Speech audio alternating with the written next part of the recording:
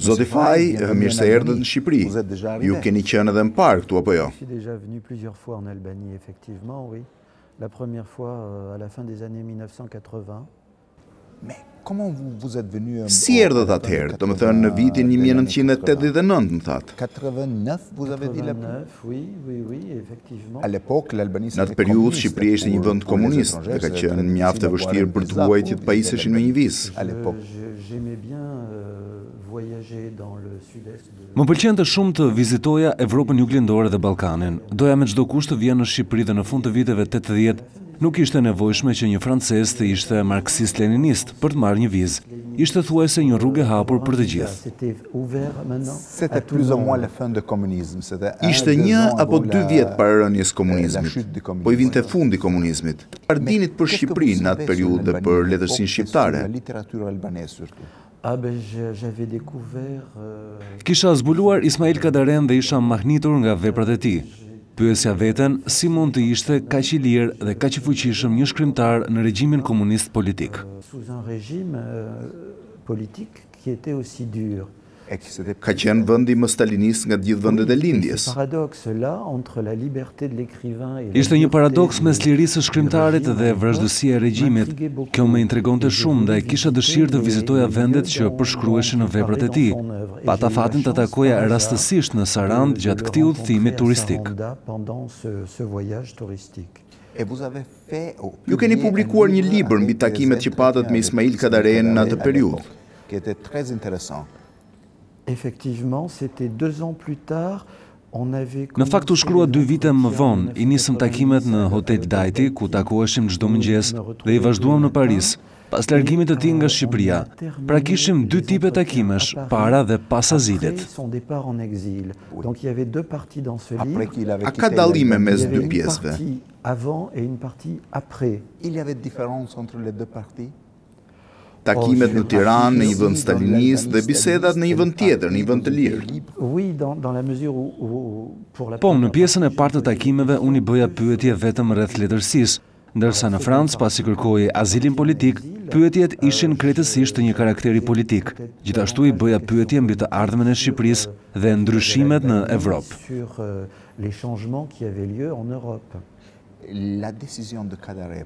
Kërkesa e Kadares për azil politik në Europë e ndihmoi demokratizimin e Shqipërisë? Mendoj se është një faktor që ka luajtur një rol në këtë drejtim, pasi vetëm disa javë më vonë nisi lëvizja studentore. Mendoj se kjo i jepte kuraj shumë personave që të mos kishin frikë dhe të kërkonin ndryshimin e sistemit si në gjithë Evropën. Pas rikthimit të Kadares në Shqipëri, dua të them, kur mund të vinte lirshëm në Shqipëri, kemi patur shpesh bisedime për 25 vjet me radhë, ose komente mbi rolin e Kadares në epokën komuniste. Cili është mendimi juaj për të? Për mua ka rëndësi vepra e tij. Për veprën po flas dhe unë.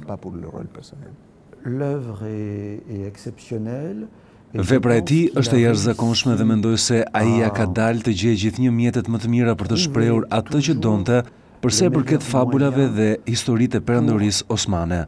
Ai gjithashtu zgjidhte aq bukur mënyrën për të përshkruar të tashmen, duke folur edhe për të shkuarën. Për Azin është një shkrimtar i mirë, por edhe i aftë që të gjente mënyrën më të përshtatshme të shprehte atë që mendonte pa hasur probleme. Subir de problèmes trop graves. Ju keni përgatitur veprën e Kadares që është botuar nga shtëpia botuese Fajar, të thosha veprën e plot. Sipas jush, cili është libri më i mirë i Ismail Kadares? Kjo që do të them është mjaft subjektive. Natyrisht. Po shtypja juaj personale.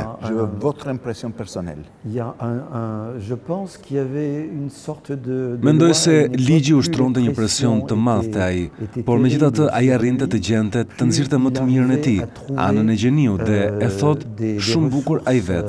Mendoj se ka patur një periudhë mjaft produktive në vitet 70-80. Për mendimin tim në atë epokë ka shkruar romanet më të mira. Moi, personnellement, j'ai des romans qui sont pour moi les plus saisissants.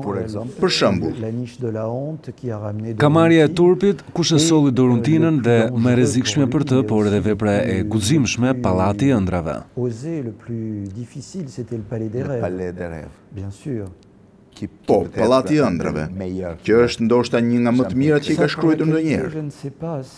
Përsa i përket cilësisë, nuk e di, pasi ka edhe vepra monumentale si Dimri i vetmisë së madhe dhe Para disa muajsh e kam rilexuar Pallatin e ëndrave dhe ishte i jashtëzakonshëm, i magjishëm. Pata të njëjtat përshtypje si 30 vjet më parë, por kjo është pak personale. ai është dhe ngelet, nuk ka datë, nuk vjetërohet ai roman. Dua të them se është një vepër realiste dhe në ditët e sotme që mund të lexohet edhe në vendet demokratike. Ju keni përgatitur dhe veprën e një personazhi të jashtëzakonshëm shqiptar, të titulluar Botë harruara të Jusuf Vrionit. Si ishte Jusuf Vrioni?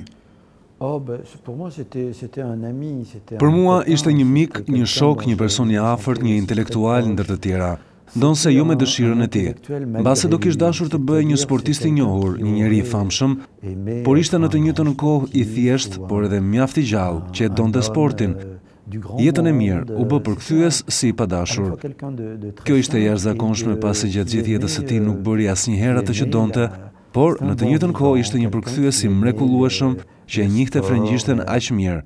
Fliste frëngjisht edhe më mirë se unë. Ju e keni intervistuar atë për librin e tij. Keni bërë shumë intervista që janë këtyre në libër. Çfarë i lidh intervistat dhe përmbajtjen e librit? Ai mendonte se ka gjëra që nuk thuhen kurrë dhe duhet të mbeten të harruara. Është e vërtet?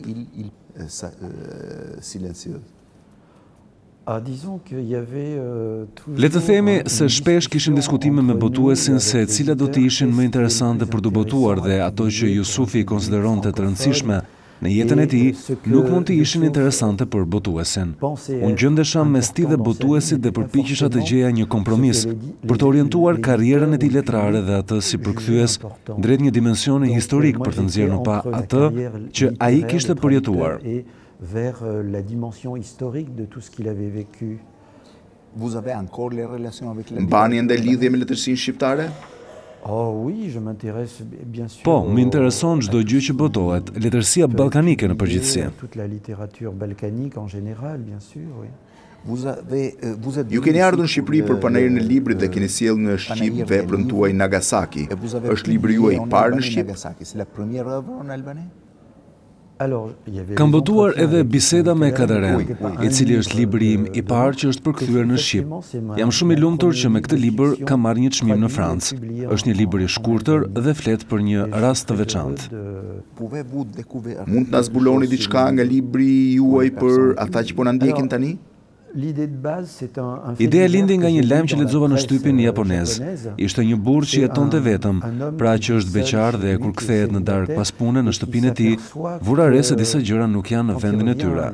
Sendet kanë ndryshuar, vendet dhe niveli i shisheve në frigorifer është ulur pak. Ai instalon një kamera në shtëpi dhe zbulon se aty ishte një grua. Me që ai është beqar, njofton policinë, e cila e arreston këtë grua. Ky ishte lajmi që lexova në gazetë. Nisur nga kjo kam ndërtuar një histori, një roman. Sipas lajmit, kjo grua jetonte prej një viti në shtëpinë e tij dhe ai nuk e kishte vënë re. Romani juaj ka fituar çmimin Akademia Franceze 2010. Sa gjuhë është botuar ai? Në 20 gjuhë. Pra gjua shqipe është e 21-ta. Po. Si ju duket Shqipëria pas 20 vjetësh? Kam qenë në Shqipëri para një viti, pra vija këtu pas 15 vjetësh. 15 vjet? Ka shumë ndryshime? Po, thuajse 20. Kisha lënë një Shqipëri të dëshpëruar që e kishte të vështirë të kalonte nga një sistem në tjetrin dhe gjeta një Shqipëri që më pëlqeu shumë, një vend dinamik. Ka shumë ndryshime?